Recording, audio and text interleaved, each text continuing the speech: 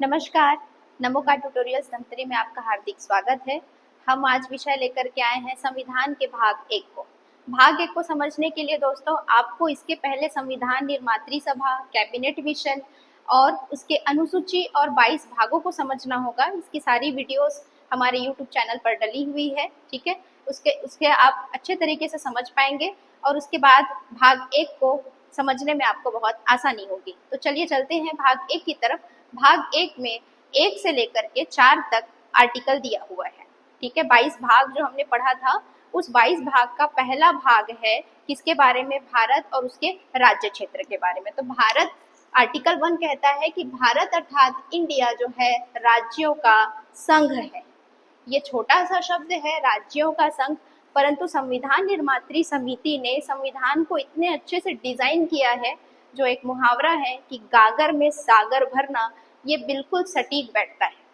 संविधान निर्मात्री समिति ने छोटे शब्द में उसके बड़े अर्थों को दर्शाया है। जैसे उन्होंने यहाँ पर एक छोटा सा शब्द लिखा है, राज्यों का संघ है, अर्थात यहाँ पर जो राज व्यवस्था कैसी है भारत की उसको अंकित किया है। क्योंकि हम इंडियन पॉलिटी ही पढ़ रहे हैं और इंडियन पॉलिटी में यह है कि छोटे छोटे राज्य से मिल करके एक संघ का निर्माण हुआ है, ठीक है। तो राज्यों के सरकार को भी वो अंकित कर रही है, राज्यों के नागरिकों को भी वो अंकित कर रही है, राज्यों को भी अंकित कर रही है, उसके नाम को अंकित कर रही है, उसके सीमा क्षेत्रों को अंकित कर रही है। उसके बाद ये बोल रहे हैं राज्यों का संघ है। संघ अर्थात ये जो संघ है इसका मतलब होता है यूनियन।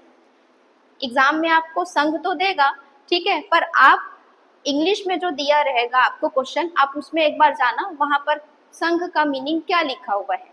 क्योंकि संघ के बारे में 3 शब्द लिखा होता है, एक यूनियन, दूसरा फेडरल और तीसरा होता है कॉन्फेडरल। तो भारत जो है यूनियन है, यूनियन वाला संघ है। तो जब भी ये कई बार ये क्वेश्चन को पूछा हुआ है, लेकिन अब तो धीरे धीरे इसका लेवल जो है बढ़ते जा रहा है व्यापम और पीएससी का, पर भी कभी ये क्वेश्चन अब आए तो आप हिंदी अर्थ को ना लेकर के इंग्लिश में अगर यूनियन लिखा होगा तो इसको आंसर करेंगे। तो पहला आर्टिकल हमारा कहता है कि भारत जो है, भारत अर्थात इंडिया, ये राज्यों का संघ है। दूसरा कहता है कि नए राज्यों का प्रवेश। भारत संघ में नए राज्य कहाँ से आएंगे और उसमें विदेशी राज्य भी जो है शामिल हो सकते हैं, परंतु संसद को इसके लिए राष्ट्रपति से पूर्व अनुमति लेना पड़ेगा, ठीक। तो जो नए राज्य भारत संघ में मिले थे, जैसे कि 1954 के समय फ्रांसीसी बस्ती के कुछ राज्य क्षेत्र जैसे कि यमन, माहे, करिकल, ये 4 जो क्षेत्र, और पांडिचेरी, ये जो 4 क्षेत्र है उसको भारत संघ में मिलाया गया था। उसी तरीके से 1962 में पुर्तगाली बस्ती था गोवा, दमन और दीव, इसको इस आर्टिकल 2 के तहत भारत संघ में मिलाया गया था। इसी की तरीके से 16 मई 1975 को सिक्किम,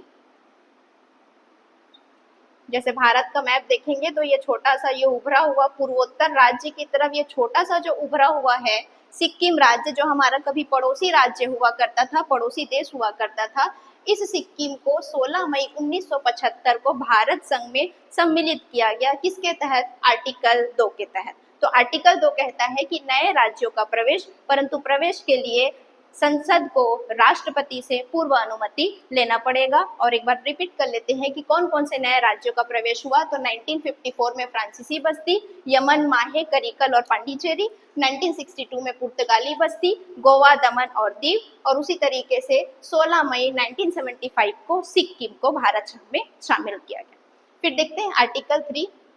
आर्टिकल 3 कहता है कि किसी भी राज्य के नाम, सीमा और क्षेत्र में परिवर्तन, ये जो परिवर्तन करने का अधिकार है सिर्फ और सिर्फ संसद को है, परंतु संसद राष्ट्रपति की पूर्व अनुमति से कर सकती है। तो अभी इसको समझते हैं दोस्तों कि नाम में परिवर्तन बोल रहा है, तो नाम में बहुत सारे हमारे राज्य हैं भारत के अंदर, उसके नामों में परिवर्तन किया गया है। जैसे मद्रास प्रांत था, वर्तमान में तमिलनाडु है, ठीक है।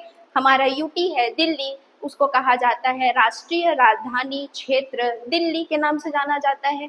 हमारे छत्तीसगढ़ के बगल में पड़ोसी राज्य है उड़ीसा, वो अब ओडिशा के नाम से जाना जाता है। पांडिचेरी को अब पुडुचेरी कर दिया गया है, ठीक है। उसी तरीके से उत्तरांचल, ये यहाँ पर जैसे ऊपर आएंगे, ये उत्तरांचल, इसको अब उत्तराखंड के नाम से जाना जाता है।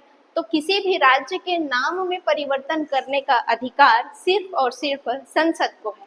उसी तरीके से बोल रहा है कि सीमा और क्षेत्र में, तो सीमा और क्षेत्र में परिवर्तन या तो वो दो राज्यों को एक साथ मिला करके एक बड़ा राज्य बना सकता है, जैसे उत्तर प्रदेश को बनाया गया था, ठीक है। उसी तरीके से एक राज्य को तोड़ करके उसके सीमा और क्षेत्र को क्या कर सकता है, आधा कर सकता है और क्षेत्रफल को कम कर सकता है या फिर घटा सकता है।